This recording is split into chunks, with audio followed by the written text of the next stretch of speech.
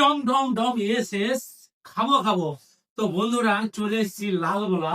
তো দাদার এখানে শুনেছি চিকেন পিৎজা প্রচন্ড ফেমাস। তো দাদা কেমন আছেন বলুন? আপনার নাম কি বাবু? আমাকে লালগোলা সবাই হ্যারি বলেই ডাকে। হ্যাঁ, আপনার হোটেলের নাম কি? পেটুক রেস্টুরেন্ট।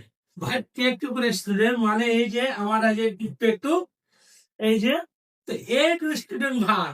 তো এখানে পিৎজা বিশাল ফেমাস। তো আমি আজকে দাদা হাতে নিজে পিৎজা একদম চোখের সামনে তৈরি করলো। তো দেখেন খাচ্ছি থেকে বসেন বাবু বসেন। দাদার হোটেলের প্রথম আজকে পিৎজা টেস্টিং করতে এলাম। তো আপনারা কি বলবো খেয়ে দেখি। ও হো হো ভাই শেষ স্বাদ হলো, ছুটছে না গো বিসমিল্লাহ।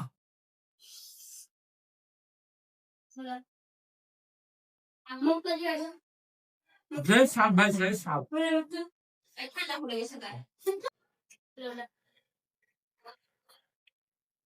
ভাই আমাদের মুর্শিদাবাদে যে এত সুন্দর পেটুক রেস্টুরেন্টে আপনার পিৎজা, এটা চিকেন পিৎজা তাহলে চিকেন পিৎজা আমি জিন্দগিতে ভাই খাইনি, একদম ওয়াও লেভেলের।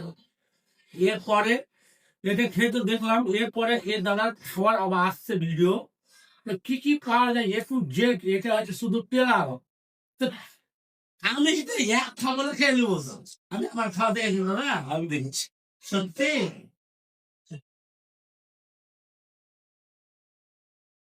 খুব খুব সুন্দর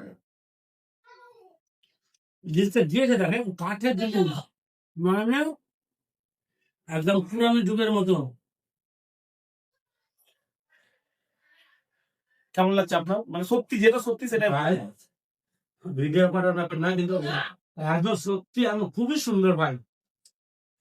কেউ যদি ভাই পিৎজা খেতে আসো, যদি মনে ধরে যে chicken pizza, please please Lalgola Petuk রেস্টুরেন্টে আসবেন আর খেয়ে যাবেন। দাদার নাম্বার এখানে স্ক্রিনে থাকবে আর দাদার অ্যাড্রেস থাকবে, সবই লেখা থাকবে। খারাপ লাগলে আমি পয়সা নেবো না, আমি একদম যদি বলে খারাপ লাগছে আমার পয়সা লাগলো।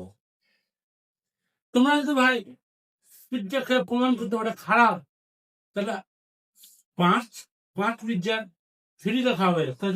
একদম মানে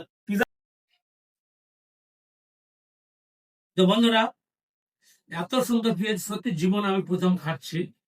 এই চিকেন দিয়ে পিৎজা এত মজার আছে খেতে,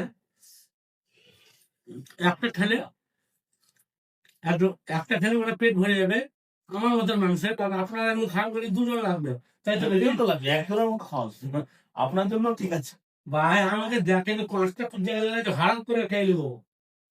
তো ঠিক আছে।